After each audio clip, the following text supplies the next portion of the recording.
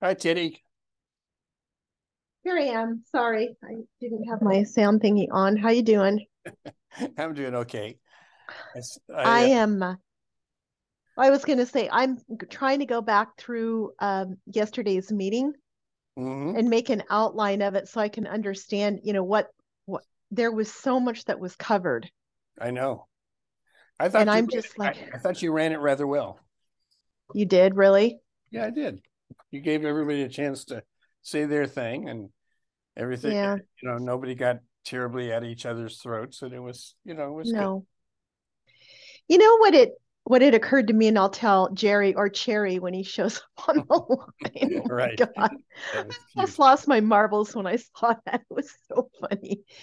But it occurs to me that our perspectives are so local to our own brains, right? So Danielle, for instance, talked about case management, and Chessie talked about discharge from NCS, and Oh Una yeah. talked about business processing, and more so like business process, networking and stuff like that. I mean, everybody, it's just so interesting to see when everybody is like super engaged, how their perspective is just like, it's like so close to what we know, because I don't know case management at all. So for Andrew not to substantiate that kind of thing in anything he's done, like he talked about it, he talked through it, but I didn't see that in any of his slides really. Hmm. And so there's just like, I'm lost. So I had to create like a hierarchy in Excel today to even figure out what he was talking about the 1,000 PSH units. 200 are coming online this year. Hmm. 800 of the 800, that breaks down into the four subparts. It's just better for me to see that stuff in a spreadsheet. I just can't do it by flipping slides really fast and talking super fast. Yeah, I know. So, so I have the same problem, but I did try to slowly go through it to try to grasp, the essential elements of what was being, proposed. And you're yeah, right. 75% of it was just sort of, boring reiteration of either historical stuff or slides with, one line on it. I thought it was amazing how presentation, uh, oh, communication bingo, different bingo. than research. I mean, I'm looking for the maximum information on a minimum number of pages, and he was looking Me for, too. sort of a movie in slides that emphasized five or six main comments. Hi, Well, Jerry. Hi, hey, Hi, Jerry. Jerry, good we're to just see you. talking about Cherry Jerry. Yeah. It's so funny. uh, Anyway, I had to go back through. I'm almost done. I'm typing up. Andrew Akufu wrote me this morning and said, when you said you wanted the notes to a company going to the COC board, do you want me to just give them the transcript? And I'm like, oh, hell no. Like, no. And so I told Dennis Posake, I said, I need to re-listen to Andrew's whole presentation with all the follow-on questions and categorize them in my own brain so I can like follow some kind of a flow, because he bounced from PSH to non-congregate shelter to synergies in funding, to case management, so then I'm like, Hmm. well, like I'm just like, I just can't do it. And I've told him that I can't do it on the way you've presented it. I cannot do it. So, he said, well, I'm going to wait to see what everybody else says. Well, then Jerry, like, first thing goes, your presentation format sucks. yeah. And they only let me say half of what I wanted to say because I'm mad at you, Teddy. Why? I How know. I figured you a would be. Brown Act thing that Well, it's minutes? yeah, Hmm? I figured the two of you would spar a little bit because, I was on both of your sides. I mean, obviously, I was trying to get you, or wish So some funny. process that would give you a little more time. Yeah. I was actually going to log on, or at least raise my hand and say, okay, I give my 3 minutes to Jerry. Let him go on. Well, Oh, see, they won't let us do that. But how Brown Act says nothing about the amount of time. Oh, I know. it does in Rosenberg's. I printed it out. I mean, it says it's up to the membership body Right. But and it can go, but it has to be specified and it is on the agenda. It's specified on the agenda. I And love that you can never change that, even if there's nobody else waiting to talk. I well, don't see the negative side in the instructions. I just see you can set it anywhere from 1 to 8 minutes or, something like that. So I don't know, but But it I does love, say that. but I love the comment where somebody said there was 4 people waiting, or 4 participants. I was one of the 4, by the way. But I know. Yeah.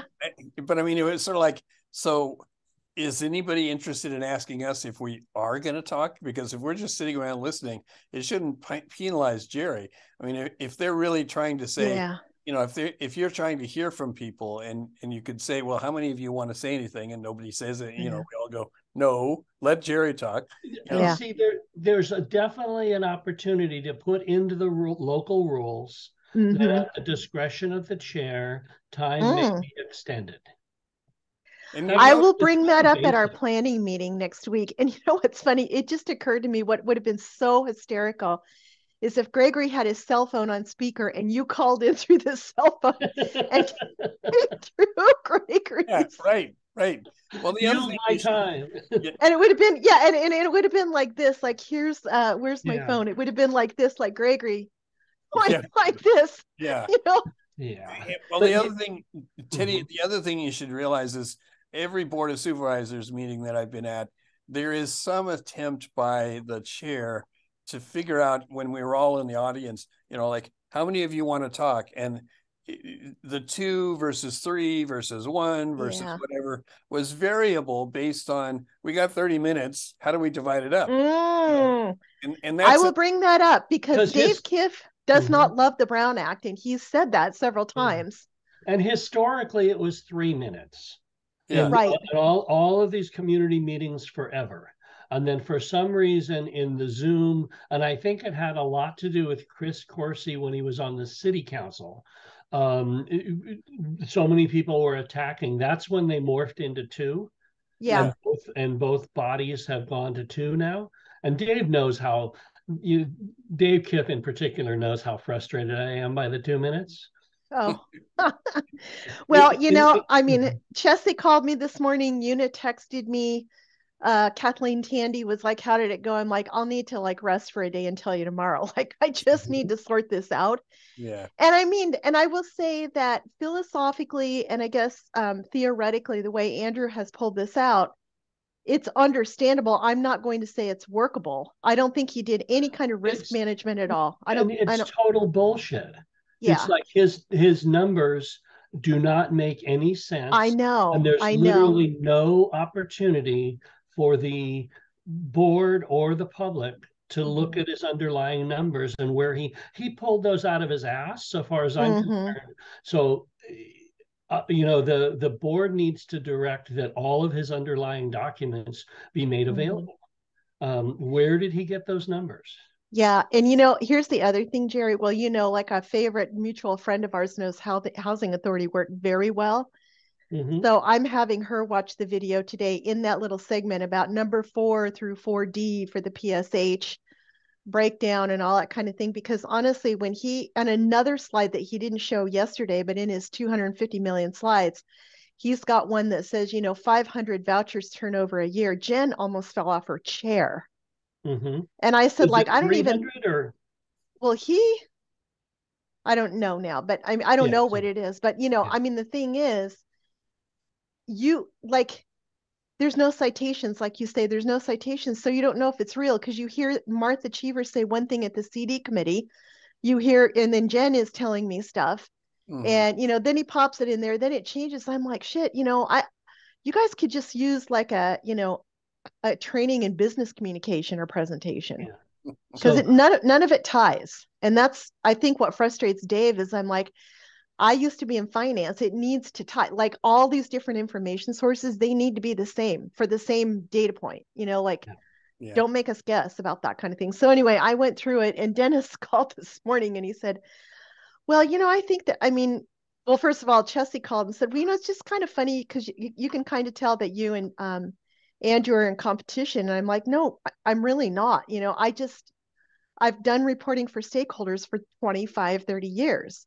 And I know how to get to the bottom line of things. And so we were laughing about that. And then what was the other? Oh, and then Dennis called because there was this whole thread going around this morning about, what kind of notes should we put in to go to the COC board?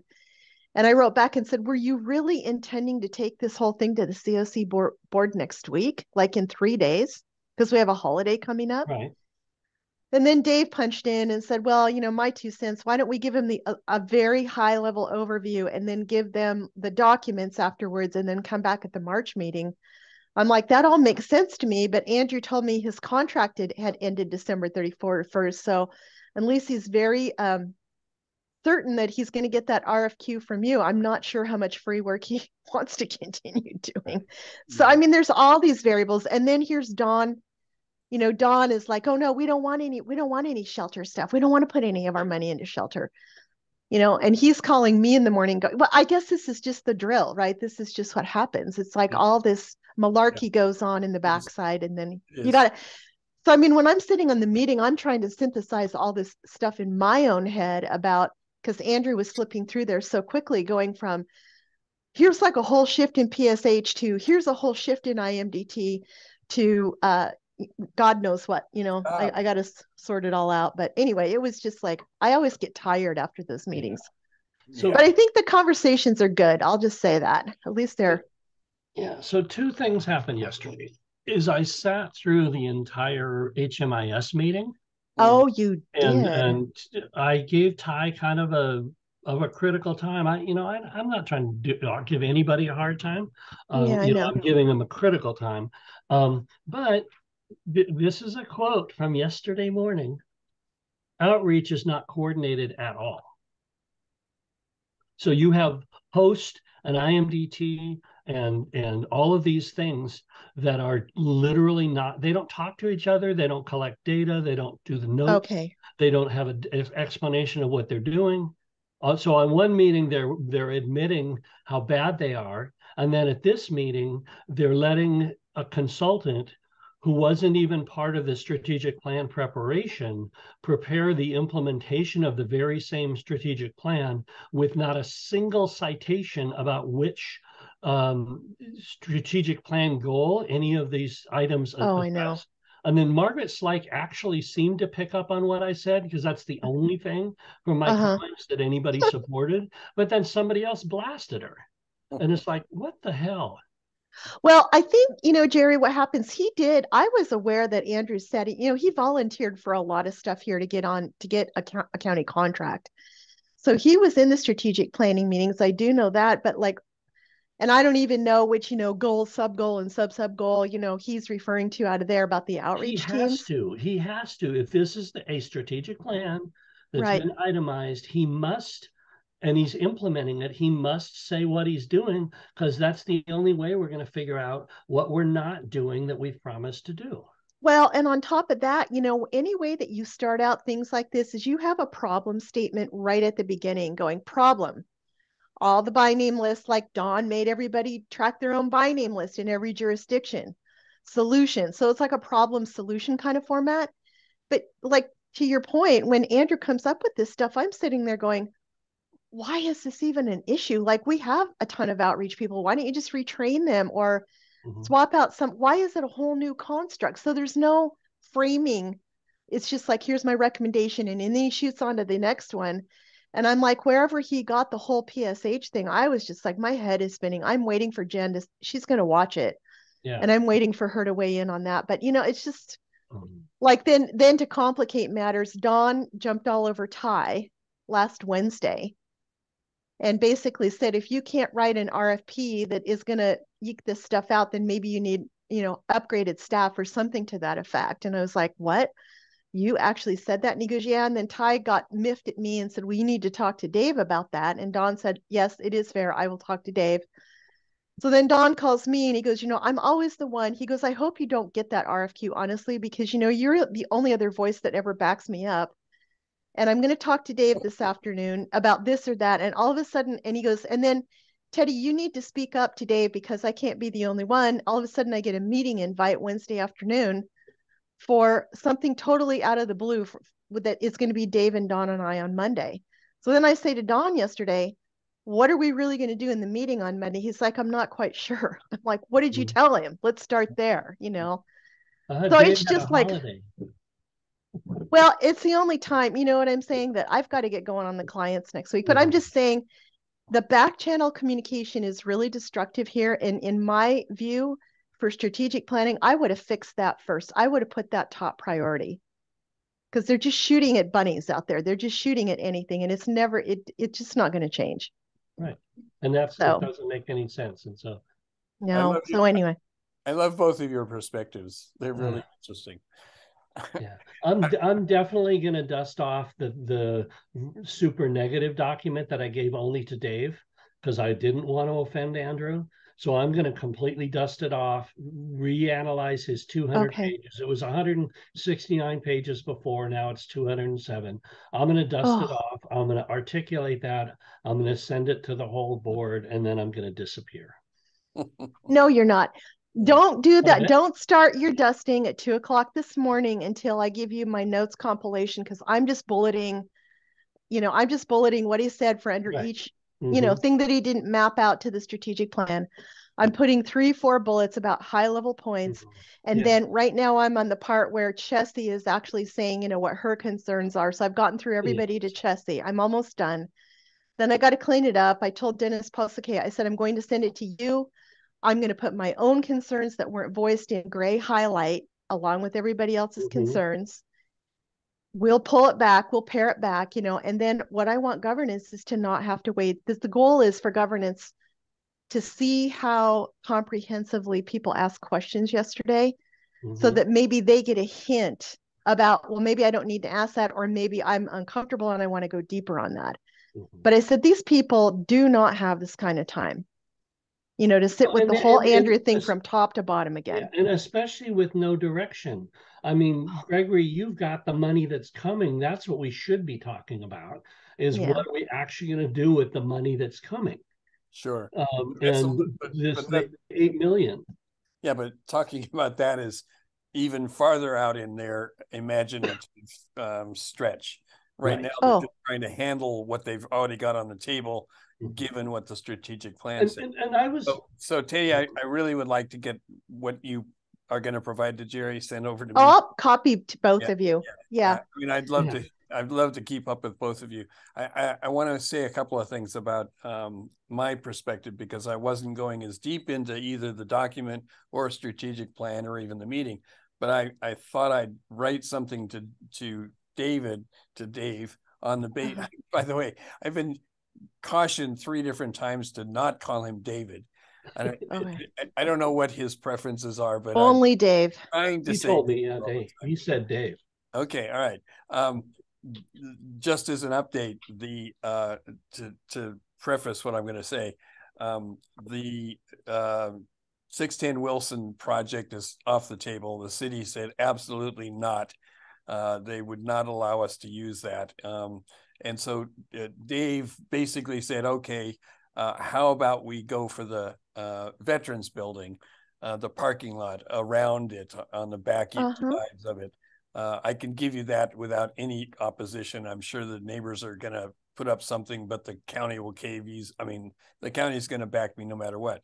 So what's on the table now for an expansion of not Los Guilicos like, but a tent based or a pallet, we haven't decided which, with 50 or 60 people, that helps Dave take more people off the trail. It's not going to be it'll be a 6-month thing probably, because that's how long it'll take us to get some of those people into the Latina village. But I don't think there's going to be a whole lot of spillover, so it could be a semi-permanent encampment sitting on the Veterans Building. Gregory, where does the money come? Are we taping this meeting? Yes. We are. Yeah. Where is the money coming from if that particular action happens? Do you know? Or does it just magically appear? It magically appears. I mean, this is sort of Dave's pocketbook. We've been clear that we will spend some management and oversight and preparatory for the Latina Village ARPA money on it, but it's going to be a small amount. We're not going to spend a whole lot of money on this project. It's to save Dave's ass and the county's ass for the Joe Rodota Trail. And I'm spinning it to my board as, we can do that because it'll help justify. I mean, it says to Oscar, we are starting the village. See, we're putting people off the trail over there so we can get experience. They're heavily Latina. We can figure out a way of trying to make a blend that works out, and that'll help us for the ARPA project. It will also help us start actually thinking about where to put pallets. You know, if we're going to put pallets on the ARPA project, we can put them on the parking lot of the vets building and just experiment with them. So, so I like that. Now, the thing I said that to say is and I love acronyms, or I love, you know, little things to say, but to me, it's this whole in your meeting and this, to me, adds up to 3 Ds or maybe 4 Ds.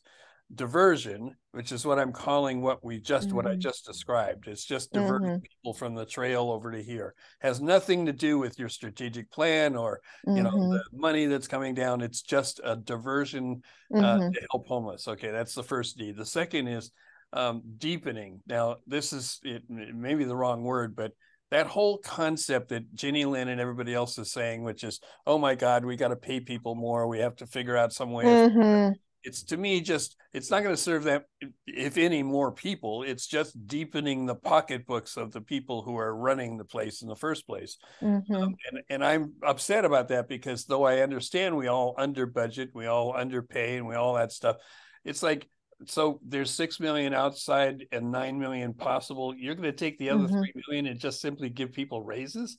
That's unacceptable for me. So deepening is the second thing. The third is a kind of what I think of as distribution, and it's the whole outreach to reach sub-regionalization. You're just distributing people to various places on a kind of conceptual can't basis. Believe that. I know. $5.4 million to do outreach that's going to save $2 million somehow, because you're going to rip up Tina. It's what Dave, and let me finish. It's what, yeah, I think Dave's point about how are we going to do this politically was right on, because I you know, we have outreach. We have an outreach project, obviously, Cheryl and Arturo and stuff, and they're doing stuff in the Sebastopol area and West County and stuff. And we, you know, we relate to the West County Community Services, so when I was looking at those sub-regional areas, I was kind of going, well, you know, is SAVE sort of part of the answer for the West County, and that's where we play. We also have some responsibility with the Latina Village and with our origin for Santa Rosa. So where does our outreach fit in that thing? So a whole host of questions around redesignation, redistribution, and I'm calling de-distribution of outreach. I'm happy to see outreach show up in so many of the different funding sources, because in the past, it's always been the only place you could get outreach was either ESG or county funds, because you know, everybody preferred to do, you know, everything else but outreach. So those are the 3 Ds. The fourth, I think, is deja vu. This, to me, and I say that to say that when we started CSN a long time ago, we didn't really have a lot of outreach. We had a day center everybody showed up in, so we didn't have to go out and get people who are homeless. They showed up. Okay, so but outreach has been very, from my point of view, successful in really going after and maintaining the basic needs of a lot of people who will never show up in a shelter. You know, Cheryl and lots of other people have gone to the rivers, gone to the places where they are, and they actually have kept people alive. So I like the fact that outreach, and this isn't outreach like we'll get people into permanent housing. This is outreach just to maintain their function and to be able to, when we have encampments, which, you know, I think Dave thinks sometimes that outreach means go down to the Redota Trail and try to figure out a way of getting them over to the main. That's not necessarily outreach. That's just, it's not. And they're not. And, you know, and you're exactly right, because I will send you, I just went over what he said, the job description of those new high priced people we're going to be. Yeah. And it's all about getting them into PSH. Right. Well, there was none of the basic needs. Sure. And the last point I want to make is that Cheryl and Arturo and, you know, everybody in our camp did not watch that meeting because they were in other meetings trying to, you know, keep our act together. But I'm interested in having them watch the meeting because I think they'll laugh their ass off. I think they'll go, their perception, your perception of outreach is so much different than what they're doing and what they think outreach should be. They're certainly going to laugh the fact that anybody's thinking of paying over what we pay. I mean, we pay, $22, $23, $24 an hour, 50,000 at the most if you're going to throw in all the benefits. Anybody who can think that I know what Catholic Charities wants to pay, but I know what they've also paid. What do they want to pay? I'm curious. Oh, the employees want to get $30 an hour. I mean, that's what I was looking at, Margaret, with just to do a spreadsheet on. Yeah, I mean, there's $60,000 for some of the people who are being hired for outreach is plenty. It's not county wages. It's not healthy wages. They don't, they're never going to get health insurance and retirement.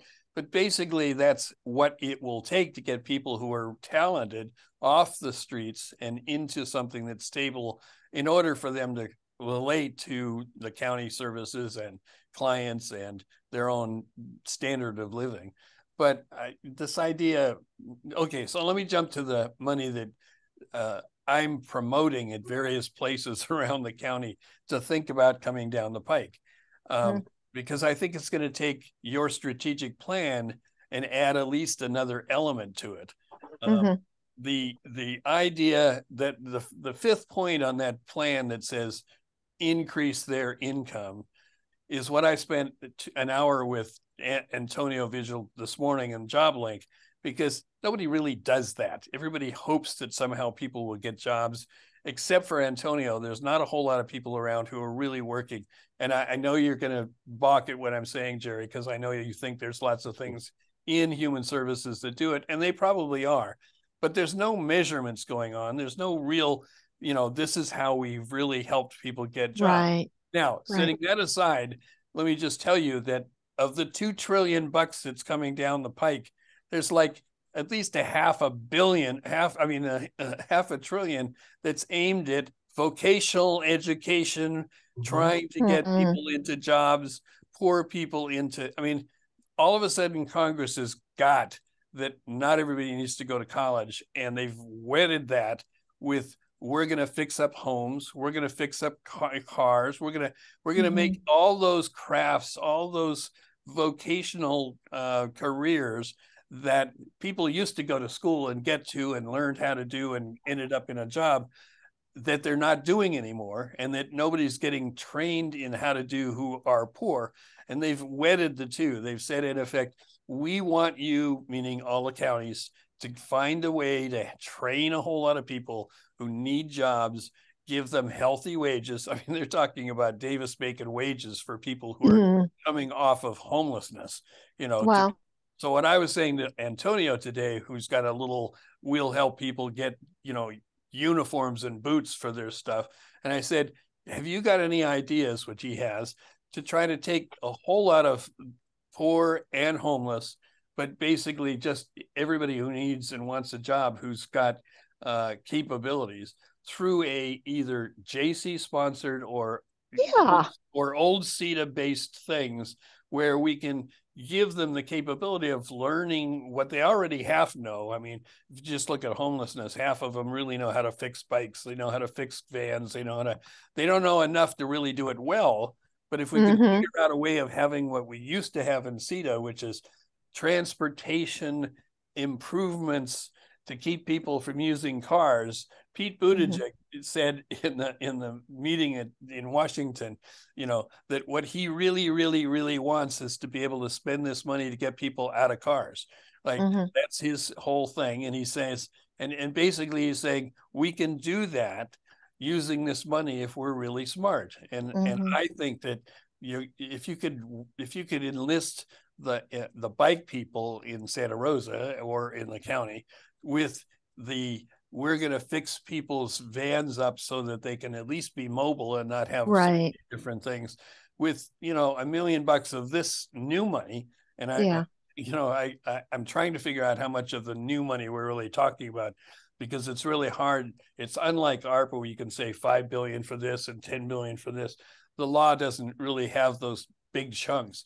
But if there's any correlation between the money that came out in the CARES Act $350 billion to 4,500 entities, creating 200,000 projects in America with only 350 billion, right?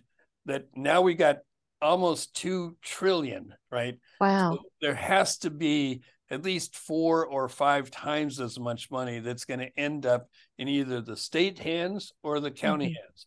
Those are the only 2 entities that are going to get anything out of this. That's the pipelines going to both of those.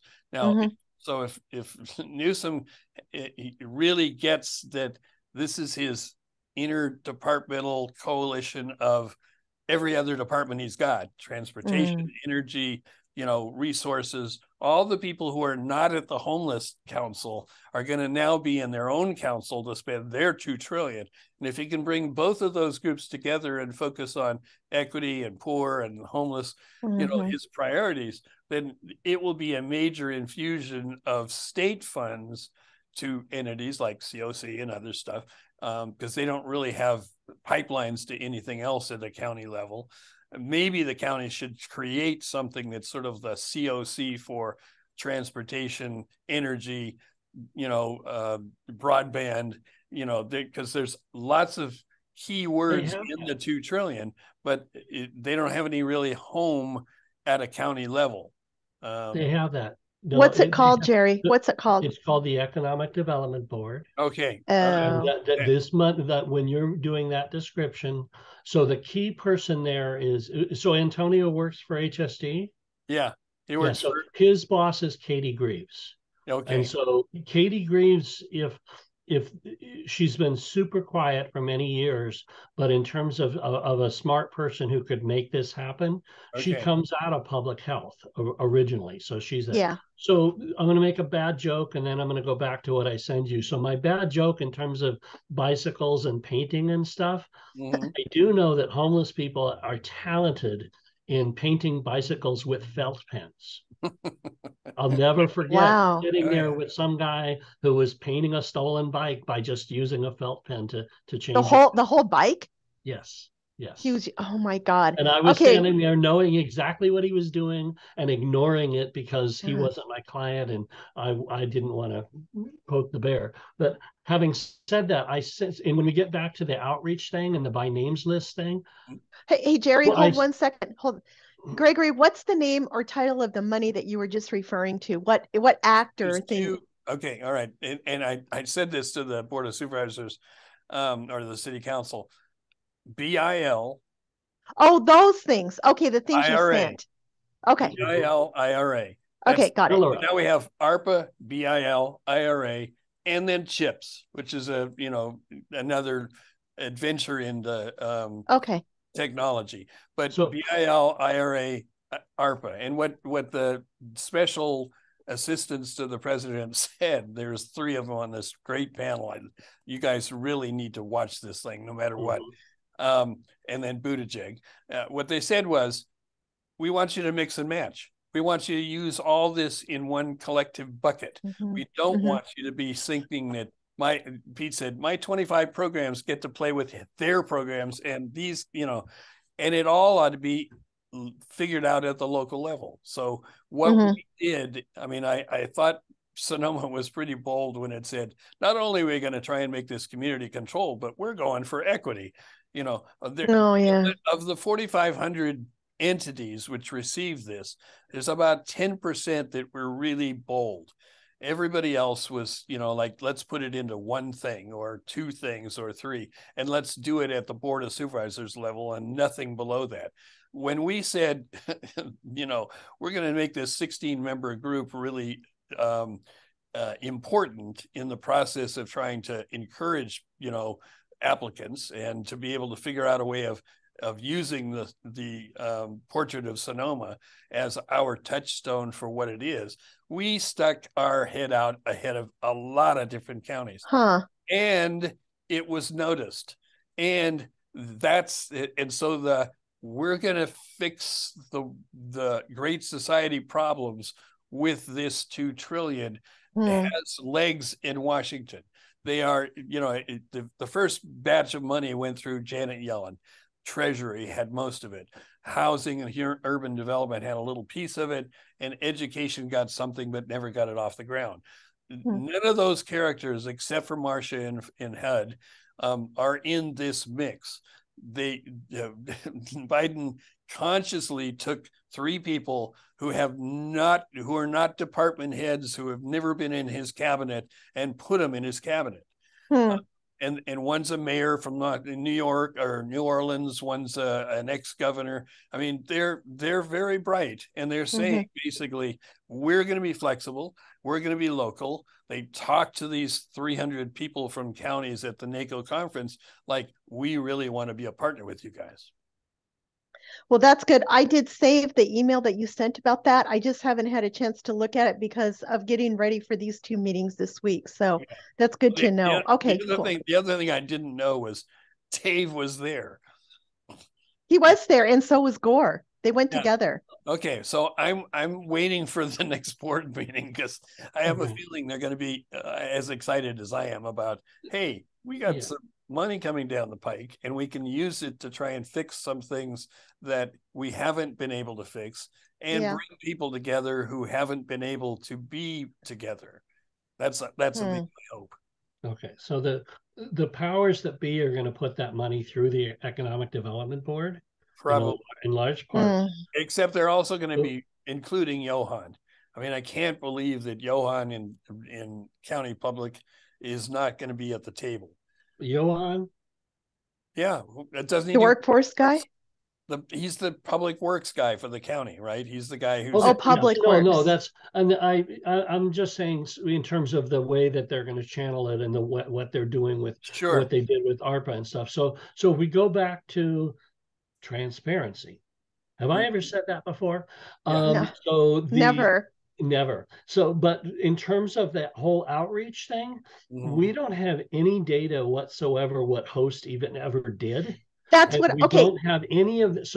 So I think as they're talking about the by names lists, and as they're talking about this whole outreach, when Ty Hilton, who I really respect a lot, says there's no coordination, I know it, because they don't talk to each other, and the outreach people, who they're just overwhelmed, but they have no leadership and guidance. I was extremely impressed by Andrew Henning, with the exception of the fact that he doesn't have any guidance. So he's being allowed to take his skills and talents and transport them. And he said something yesterday about the other counties he worked with. So this is his boilerplate report. And so we need to really make him work, is my objective, and make him do what his talents should bring to us. And then we'll get a much, much better product, who may be better than some of the other solutions, home this and home that things that we have. But one is to look at the outreach. The other is the whole by names list. And this is what I talked about at the HMIS meeting, was that he had a proposal that they had to vote on about the adding elements to HMIS so they would align with the by names list procedures. Right. And they miss it. I mean, where people in the meeting said those elements that you're asking for are actually over here in the data from the individual interviews. And Daniel and Adam, particularly Daniel, sort of blew that off. So the fact that they're wanting to add elements, and you can tell me more about ETO, but so there's this misalignment of the talent and the value that we already have. The same thing happens when they don't have any clue what the IMDT cohorts are or what they're doing now, and then saying, let's make them into ACT.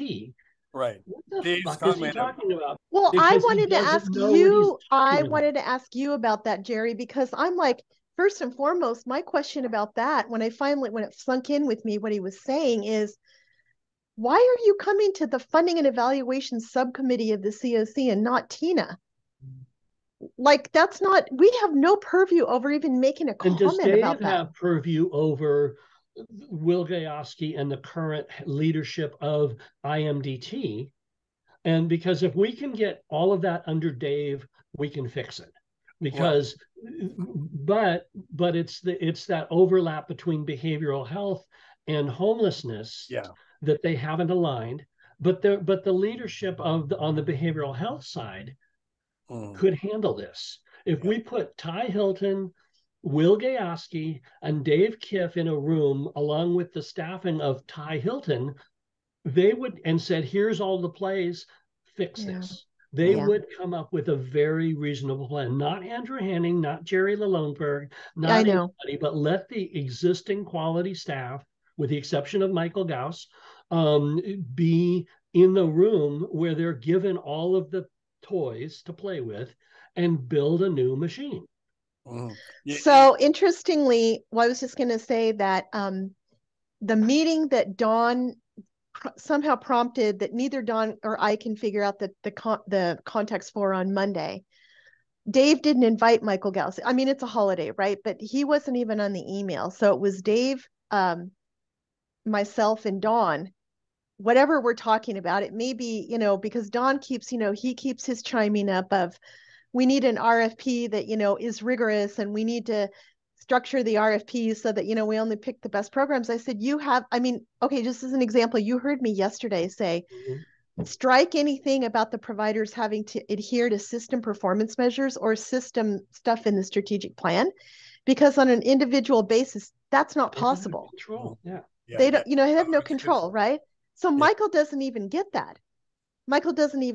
And so, here's Dawn going, well, we need rigorous RFPs. And Una brought that up yesterday. I'm like, we have no local data analysis to even set baselines for that.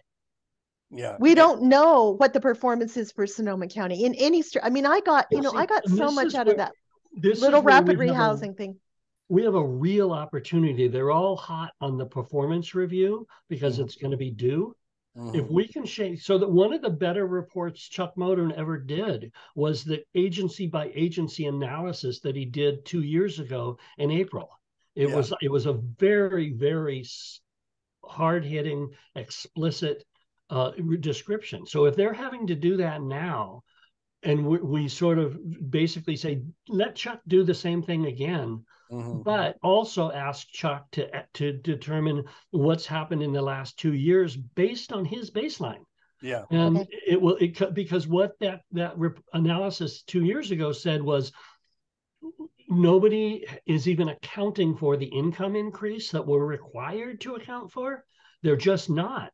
And they've not been trained. It's all in the HMIS. There's all this stuff that's in the manuals that none of the agencies are aligning to, particularly. Well, they don't, because there's no leadership at the HMIS lead level. And there's no training, and there's no month in, month out explanation of so they're getting all these reports, but the providers don't even know how those reports are being assessed. Jerry, when Dave said something in an email, yesterday morning or whatever, said something like, how can we make these evaluation reports understandable? I'm like, Dave, I'm going to ask you this question.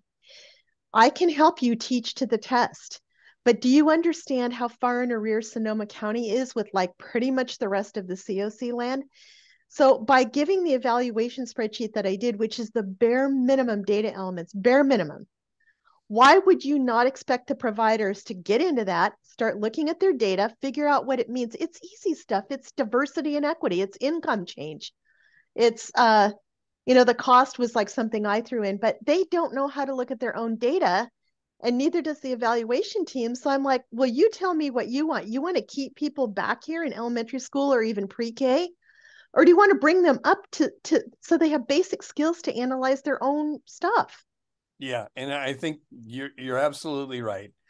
The mismanagement of this system, the sort of shuttling it around. I mean, it's a small point, but I still think that we'll never really get any oversight until we can at least get some distant people who have expertise in evaluation and or to at least be able to play in this arena.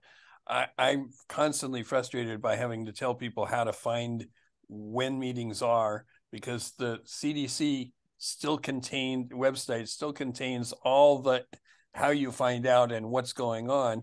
And Dave is sitting over in health services with absolutely nothing over there that looks like it's homelessness from a website point of view. So straightening out the how you find out who the, as Jerry says, the transparency, how you find out information is an illustration, I think, of the chaos that anybody coming to this to look at it has to be engaged in. HMIS is just another little esoteric thing that, you're right, nobody knows how to use. Everybody's, Jerry, you're right that it contains some valuable evaluative criteria, but the only thing we're doing with it is putting data in and closing it up. I mean, we're not looking at anything. We're not evaluating it. I've come to realize that the only one around who understands what's really going on is Chuck, and the only part of my Public Records Act request to get all the contracts, to get all the reports, was I didn't know whether anybody'd have the energy inside the county to look at anything. So I was going to look at everything and put it in an open, accessible map system so that you could engage people from the JC or the college or anybody else who just would be able to come in and say, here's what it looks like to me. If you're going to and not only that, what happens is, because Don's very good at what he knows. I'm very good at what I know. We're all very good at what we know. But then we kind of like step out and we think we're experts in other areas. And that's what's happened to Don. So he doesn't know what to look for. So he criticizes Chuck at every turn. And Chuck just is like, and he doesn't have the temperament for that. Chuck doesn't. That's why he was pounding on the desk and Don hates me. I know whatever I do, it's never going to be right with Don. Don doesn't, has the arrogance to think he knows what he's talking about. Well, that's what I'm saying. He has a little bit of knowledge. After 4 years, he should be much better. And he should be more of a leader instead of a complainer. But unfortunately, he's the only one who's taken that leadership. Una is picking up and other people are picking up now. And with Tom Schwedhelm gone, I think we can make some progress. Oh, God, yes. Thank God. But Don also doesn't know. So I just went on the Continuum of Care website, and the summary of requests is from 1920. And the Continuum of Care competition is from 2022. So there's two current open RFPs that are not listed on their website. What is that about? And why, so the people who genuinely want to apply for the thing that's due on March 17th or the things that's going to be due on March 20th, one is, how do you distinguish which of those are? It's two different pots of money. Right. And two is, if you're a director like Amy, who's running a small business by herself, how is she keeping up with that? She doesn't have the staff to write these things. Well, okay, 2 points about that. One is, that's why I want to create, I'm starting on it next week when Michael gets back. I'm starting on a NOFA, a graphic of NOFAs. Like this NOFA, it starts here, it goes out here in color. So here's, from warm to green where it gets submitted, and I'm going to do it by funding source or combined funding source. So I'm just going to do that on my own. Okay. Do me a favor. Everything that's already done, that's been done in the past, would you please take it off of the websites? There are so many things on both the city website and the county website. Okay. It's really historical information. It's sort of like, here's a NOFA we had once before, or here's a news article about a NOFA we put out. It's confusing as hell. And number two, in front of that whole home ARP thing that came up at the CD committee, you didn't know anything about that going out, the allocation plan. Margaret Slyke didn't know anything about it. Danielle didn't know anything. Nobody I talked to even got that public, the listserv thing about the home ARP allocation. And then as I was kind of looking at the rundown of who they said they did discovery with, because they had done it over the course of a year, where was Nation's Finest? They had a veterans component in that template. Where was Nation's Finest? They weren't interviewed. DSLC, they said, was interviewed, but they didn't list them. There was like 5 people that I said, like, I don't see these nonprofits here being interviewed. And yet they're supposed to be informing like your thinking for going into these allocations. As it turned out, the recommended allocations can be edited over time. Like the allocation plan can be approved by HUD, home ARP, And then if we figure out the money isn't really working in one way or another, you can make a budget adjustment. Okay, that's number two. But, in their thing, they didn't even say, like budget adjustments can be done. Like, remember how they said, but it's very hard. It's very hard. No. The first 2 years, like 3 years ago and backward from there, that was all that Michael and everybody else would say. It was like, no, we've done it. It can't be changed. It's really hard. HCD doesn't like change. Well, that was bullshit, because I was talking to HCD. They're saying you could just turn in this form. So that comes from Jenny. There's an institutional incentive to pretend you know more than the people that you're supposed to be working with. The idea that I know best and you just ought to and you're a plebe. You're a pro forma process that we don't take seriously has been the haunting weakness of the first COC and the second. And I'm hoping that these guys, and I have a feeling, I was a little opposed in the beginning of expanding it to 17 and having all these city people.